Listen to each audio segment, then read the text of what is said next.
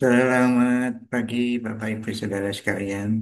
Selamat datang dalam acara Sarapan Sabda bersama saya Pak Saparman. Sarapan kita pagi hari ini dari Kolose 2 ayat yang ke-20 dan 21 dan 22. Demikian firman Tuhan. Apabila kamu telah mati bersama-sama dengan Kristus, dan bebas dari roh-roh dunia, mengapa kamu menaklukkan dirimu pada rupa-rupa peraturan, seolah-olah kamu masih hidup di dunia? Jangan jamah ini, jangan kecap itu, jangan sentuh ini. Semuanya itu hanya mengenai barang-barang yang binasa oleh pemakaian dan hanya menurut perintah-perintah dan ajaran-ajaran manusia. Bapak Ibu Saudara sekalian yang dikasih Tuhan, Bapak Ibu Saudara yang telah percaya kepada Kristus itu sama saja dengan sudah mati bersama-sama Kristus, tapi bangkit lagi, dibangkitkan menjadi manusia baru. Tidak terikat aturan-aturan yang dibuat manusia dalam arti untuk menambah kesucian.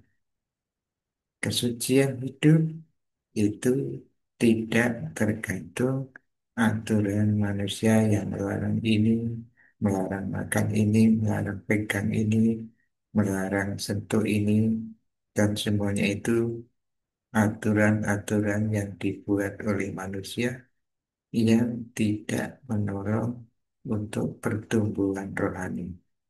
Memang kalau itu sebagai simbol, mungkin yang penting hatinya.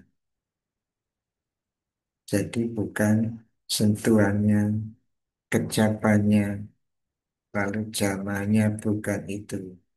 Itu aturan yang dibuat manusia kata ini. Semua hanya mengenai barang yang binasa. Contohnya misalnya tidak boleh makan ini. Kalau makan ini tambah tidak rohani, kalau makan ini tambah rohani itu tidak ada seperti itu. Tapi kalau itu untuk kesehatan lain ya masalahnya. Tapi dalam hal ini menambah kerohanian. Kalau tidak makan ini tambah suci, misalnya kalau makan kurang suci, nah itu tidak ada dalam hal ini. Tidak ada dalam arti untuk pertumbuhan rohani.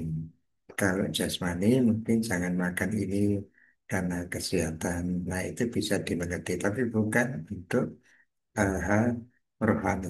Karena itu katanya semuanya itu barang-barang yang binasa. Jadi Bapak Ibu Saudara sekalian, kita sudah mati bersama-sama Kristus hidup baru. Dan tujuan kita bertumbuh menjadi orang yang makin lama makin baik menurut firman Tuhan, mengikuti aturan yang tertulis di dalam kitab suci. Mari kita bebaskan dari pikiran kita aturan-aturan yang seolah-olah menolong kita tambah suci seperti itu. Hati-hati. Tapi kita bisa bertambah suci kalau menaati firman Tuhan. Jadi, lagi-lagi aturan-aturan itu tidak menambah kerohanian, tetapi mungkin aturan-aturan itu menolong kita menjaga kesehatan atau keperluan yang lain. Tapi dalam hal rohani, kita bergantung penuh kepada Tuhan Yesus Kristus melalui firman-Nya yang tertulis dalam kitab suci. Saya harap Bapak Ibu, Saudara dan saya bisa memahami kita sudah hidup di dalam Kristus, maka kita tunduk kepada aturan Kristus yang tertulis dalam firman. Mari kita bersyukur dan mohon petunjuk Tuhan untuk bisa melakukan firman.